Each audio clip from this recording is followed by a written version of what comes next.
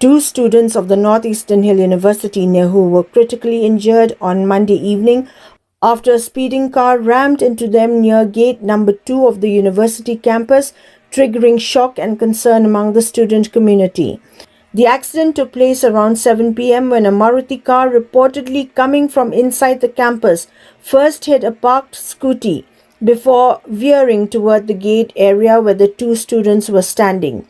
Witnesses at the scene recounted that the vehicle was moving at high speed, with its headlights flashing moments before the driver appeared to lose control.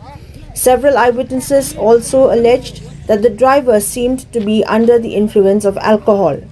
Emergency response teams rushed an ambulance to the spot, and the injured students were immediately transported to Civil Hospital Shillong, while later on they were taken to Nazareth Hospital Shillong for treatment.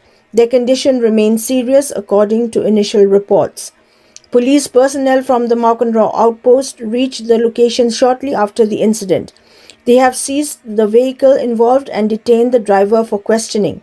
Authorities said an investigation is underway to determine the exact circumstances leading to the crash, including whether drunken driving was involved.